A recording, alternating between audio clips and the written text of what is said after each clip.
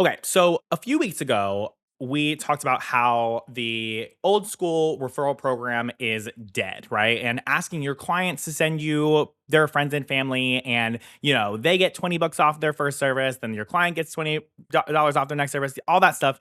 It is all dead in 2026 and beyond. And so we talked a lot about creating a brand ambassador program, which is an excellent thing that you can implement into your business. So if you haven't listened to that episode yet, I recommend tuning into that after you're done with this one. But what we didn't talk about is the fact that organic referrals that are not incentivized still happen all the time in 2026 and are very much possible for you to make happen more if you are intentional about it. And so in today's episode, we're going to be talking about creating a highly referable client experience, but not just referable for anybody, more so referable for high ticket clients, because high ticket clients and ideal clients in general, they are going to behave traditionally in a little bit of a different manner. And what's going to make them click the book now button and actually trust you and want to invest in you is a little bit different than just the general person walking on the street who could be anybody, right? And I would assume if you're listening to this, my friend, you probably, maybe possibly have higher prices already, and you are already nervous that you are outpriced, in your market because everybody else charges less than you. And so, how do we get organic referrals that are willing to pay our higher prices when we didn't necessarily have anything to do with the marketing up front, right? Like we didn't gain this lead ourselves. We are now having our people talking about us to these people. And so how do we make it so these our own clients talk to those other people about us more often and equip those other people with what they need to trust us enough to actually book with us. So that's what we're going to be talking about today. And with me, as per usual, we have Jodie Brown on the podcast, keeping my life and my brain together. So that way you guys don't have to hear me go into a million different directions and topics. So hello, Jodie Brown. How are you today? Hello, my friend. I am good. How are you? I'm good, thank you. I think the best place to start is what is a referable experience? Like, what does that look like?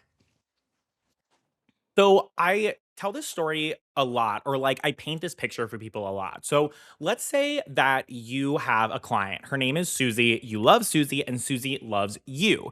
And Susie decides to go out to dinner with her friend Karen. So Susie is your client, Karen is Susie's friend. Susie is going to dinner with Karen.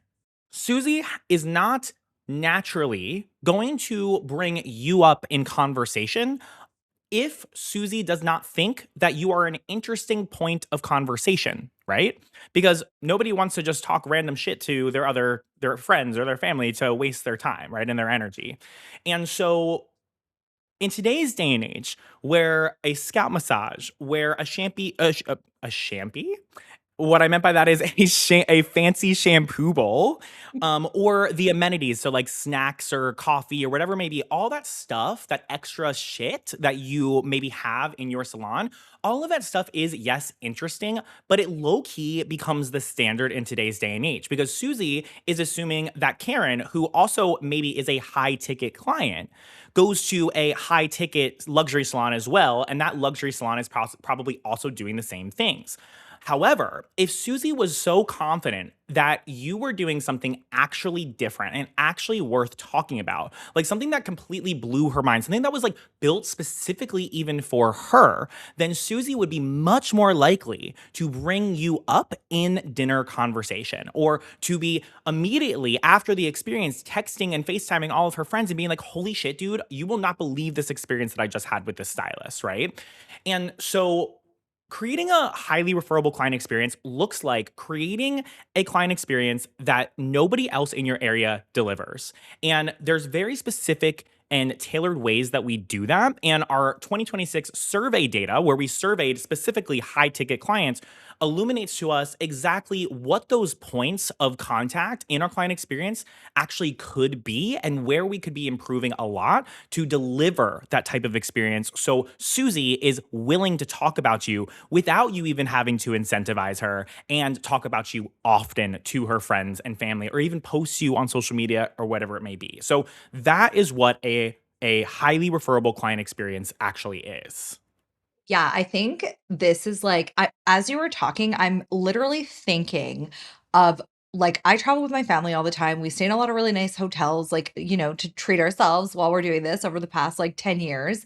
And I'm thinking about the only hotel that I've literally talked to or talked about to everyone that would listen after it was because of personalized details. Like, I've never stayed anywhere that puts out your slippers when you go out for dinner, that comes and like pulls out the sofa bed and puts a little kid-sized robe on it when they know that we're staying there with our son. So those like tiny little details I literally did not shut up about for probably a year after we went there. And, so but there was fancier things that happened for sure and like nice amenities, but the things that stand out are the things that are like out of the norm and super personal. Um Yeah. and we wanted to talk about there's actually a really great example of this from one of the stylists that you have worked with about kind of their specific methodology surrounding how they educate their clients on retail. So I think we should get into that because I think it illustrates really beautifully what something that you would actually talk to your friends about looks like. Yeah, dude. And like I alluded to, the survey results really, really showed us how important personalization actually is. Like, people said that generic extras, like all those amenities that I brought up, are forgettable, but personalized ones are actually memorable. So 62% of clients who talked about their salon visit mentioned the experience, not the hair. So it's not about when Susie goes to dinner with Karen, it's not talking about how much that she loves her hair. It's about the experience. But more particularly, what they also shared with us is 20% of those clients called out personalization as to what made that appointment feel worth it and probably what made them want to talk about it in that referral, right? So I think that that is super illuminating to how important and powerful actual personalization is. And I'm going to give you guys a very simple example. My students, we bring this to like a whole new level. Like, we put advanced things into place and things that are automated and don't require a lot of setup and time and manual labor to provide that personalization. But one really simple thing that you guys have probably heard about, seen maybe before, or maybe not, is when people have like a little sign that says like welcome, and then it says the client's name on it for their appointment. So like, hello Hunter, welcome to whatever salon. And that person walks in, they see that their name is on this board or this screen or whatever it may be. It's like they now can see that you actually care. You went out of your way to do something specifically for them. And one thing that's interesting, or one thing that is kind of, I guess, known, I guess, in all industries, especially for like client experience design, is that personalization is not very scalable. It's something that requires like specific effort and labor. But what we're going to be teaching at Client Experience Glow Up Party, and what I've been teaching my students for years, and the new strategies that I'm teaching them moving forward, I try to blend together the personalization, but also making it so it's actually attainable and realistic for you as somebody who has a very busy full time job. Like, you just doing the day in, day out is enough, right? Like, that is a lot for you. So to remember to have to update the screen with all of your clients' names is a lot, right? Even just that one little simple task. And so what we teach you how to do in my programs at Client Experience Glow Up Party coming up soon is we teach you how to do all of that stuff and then some in an automated way where you're still delivering the personalization, but you're not sacrificing your time and energy to make it all happen. One other thing that I think is also really helpful in creating a referable client experience, again, giving somebody something to talk about, and also making yourself really seem like the established expert and worth paying more for, is creating your own ideology or your own methodology around the actual service you're delivering, the specific problem that you're solving, and the solutions that you offer to solve that problem or fulfill the desire. So, for example, one of our mastermind members, Brandy, who does such a good job at creating this type of experience, she has her own method for every single client, every single time, how she tackles hard water in her specific area. So her specific area really struggles with hard water. And so she has created her own method for how she attacks this so she can make her clients aware of what the problem is, why they're struggling with it, and then why Brandy's method is the elite one to go with. And so these people now have some sort of identity, right? Like, for example, like when people are doing a diet, right? People are like, "Oh, I'm on the keto diet," right? So like that's like now like a part of their lifestyle. It becomes a part of their identity, right? Like if you guys have ever read Atomic Habits, like one thing that really stuck with me from Atomic Habits was how when people are changing habits, people need to change their thinking and their identity instead of their behavior. So, for example, like if you're trying to quit smoking, you're not trying to quit smoking. You have to start believing you are not someone who smokes cigarettes, right? Now, I'm butchering the direct quotes and the actual, teachings of the book, right? But I thought that really stuck in my brain, and I thought that was so fascinating. And so, similarly, it's like you're making it so your clients are making your brand a part of their identity because they're subscribing to this method. So when the next time that somebody compliments their hair, or the next time that somebody talks to them about their own problems with their hair, and they're like, "Yeah, like I just keep struggling with all this frizz. My highlights turn green all the time. It's what comes with living in Phoenix,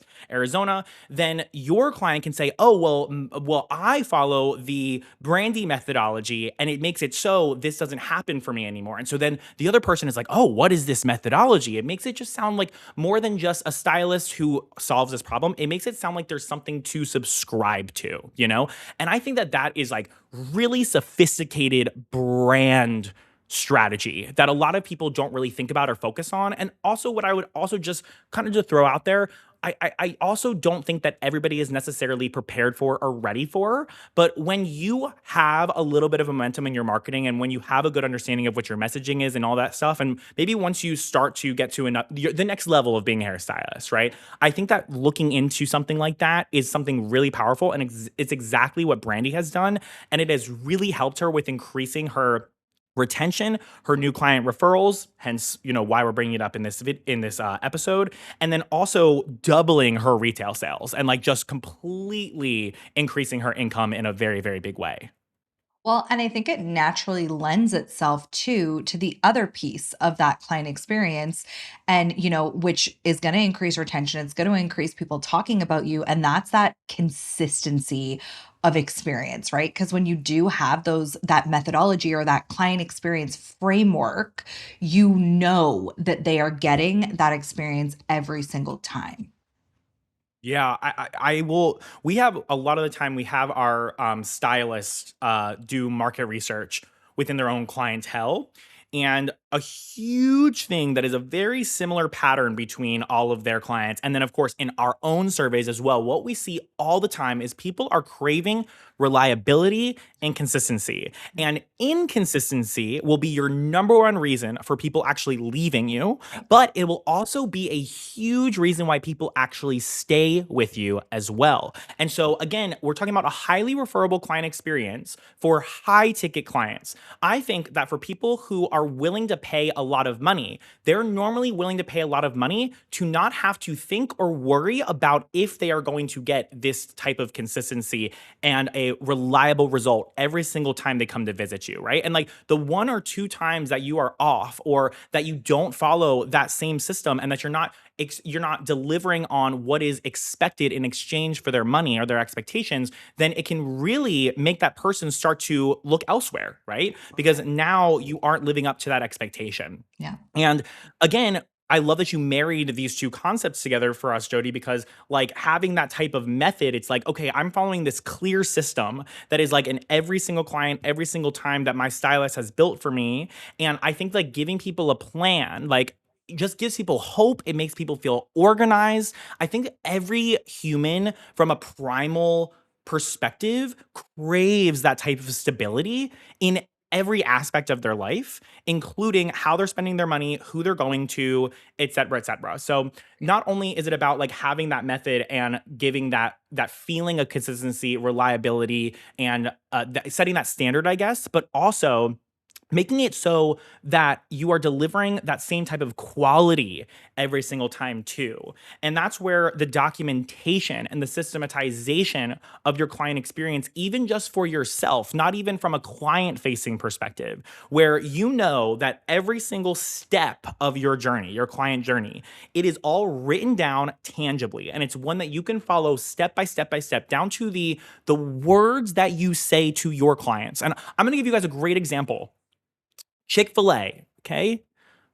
Hate them, love them, I don't fucking know. Great business, okay?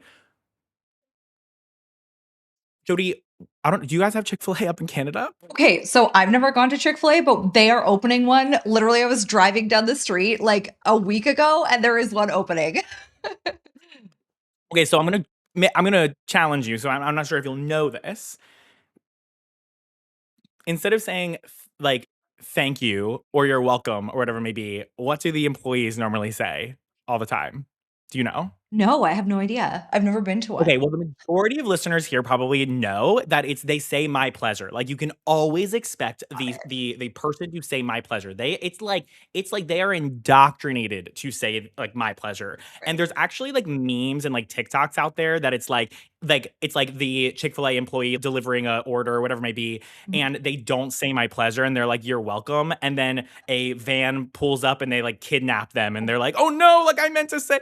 So it's like that brand, right? That brand identity and the fact that they take that consistency so seriously. Like, they're delivering that same quality of client interaction and client experience every single time. There's obviously a real life example outside of our industry of how valuable that is. Mhm. And so what a big part of client experience glow up party is, and a whole module in our program is literally just documenting and optimizing and systematizing what that client journey looks like from when they're a new potential client all the way through to the end. And so documenting and delivering that consistency is so much more important than I think people give it credit for. And it can't just be something that you rely on your memory for. I believe it has to be something Right. that's written down that you can follow step by step. Jody, I'm sorry for putting you on the spot for Chick-fil-A. Oh, that's okay, but I'm gonna be checking now when it opens. Yeah, literally, Uh, you will it's like scary. Like, they I will all say my text pleasure. you. And you know what? I please text me, and I literally, like, I will tell you, no matter how many times you go, Mhm. I'm kind of outing myself as a Chick-fil-A fan here. No matter how many times you go, hearing my pleasure, it still makes you it really elevates that feeling. It Right. really makes you feel like somebody is taking care. And it's such a small linguistic switch, but Totally. I swear every single time it really does, like, tickle my brain in a weird way. And Right. I just really it's a very interesting thing as, like, a marketer, as a client Mhm. experience designer, and as a consultant to you guys. Like, I think it's not something to be taken for granted, and it really relates back to this theory that I've had for years, Yeah. which is having a consistent documented client experience down to the words that you say, I think is very important. I think I agree with you. And I think there's another piece to it too, which is like when you think about a high ticket or luxury experience, like part of that is feeling like you just referenced, like taken care of and almost like led through the experience. Like you don't want to have to come there and your spouse be like, so what do you want today? You know what I mean? Like that doesn't feel like a luxury high ticket experience, but being led through a process and knowing what to expect, like that's a completely different vibe and it does make you feel as though you were in expert hands. 100%. I mean, I'll share with you from my own perspective of being somebody who has experience of having a team and having a lot of different things to think about, right? And being a successful business owner. Like, I have so many things to think about that, like, the last thing I want to think about is, like, okay, I think I have a theory, not even a theory, my own experience and what I've studied and learned from so many people who are successful and spend a lot of money, okay, is that they hire people who know what the fuck they're doing so that way they can relax and allow other people to pick up the slack for them. That Mhm. is 100% a true statement, right? Yeah. And so, for example, I have Jody on this fucking podcast to help me think through my shit, but more importantly, have her think for me because I really trust her and she knows what the fuck she's doing. And so that way I can just focus on doing what I do best, right? And that is exactly what your high ticket, particularly clients want from you too. They want to be able to sit down and for you to be the expert and for you to lead them through the appointment. And I really, really appreciate you bringing that up, Jodie. And it's actually something that was illuminated to us in last year's survey was that so many people said, I wish that my hairstylist took more initiative for me. People do not want to think they want a consistent, reliable situation with an expert that they trust, and they want you to give them the suggestions and they want you to lead. And I will even go as far as to say that, again, we're talking about ideal clients here.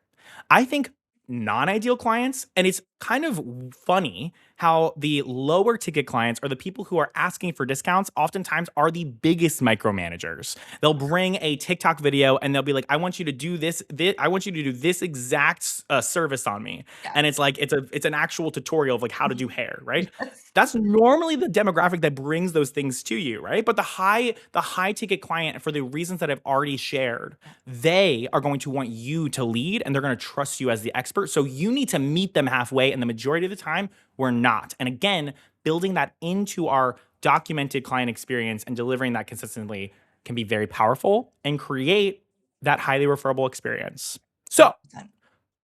hopefully, you guys got some good tips from today. However, we can bring all this stuff to the next level and make more sense of it. And I can give you more strategic strategies. And also, I'm building for you the actual framework for where and how you can document your client experience in Client Experience Glow Up Party. So at the time of recording this, we have Client Experience Glow Up Party coming up this weekend, okay, at the time of releasing this. And I would really love to see you there. It's going to be badass. It's a 3-day workshop and it's a party as well because I don't know. I didn't want to just make a same old boring webinar about business that you're just like taking notes through. I wanted it to be interactive. I wanted it to be fun. I wanted us to all feel refreshed and motivated and inspired instead of like bogged down and stressed out by business education. So it's a 3-day event where I go over the 2026 survey results for what clients want in today's day and age, particularly those high ticket clients, and how we can deliver that in today's day and age with fresh new strategies to uplevel your client experience. So if you want to join us, you can go to hunterdonia.com/party. We'll leave the link for you in the show notes for that. If you are listening when we don't have that going on, I'm so sorry, my friend. DM me and I'll point you in the right direction. But thank you for tuning into the Modern Hairstylist podcast. Hopefully, this was helpful for you. Peace out, girls out. Bye bye.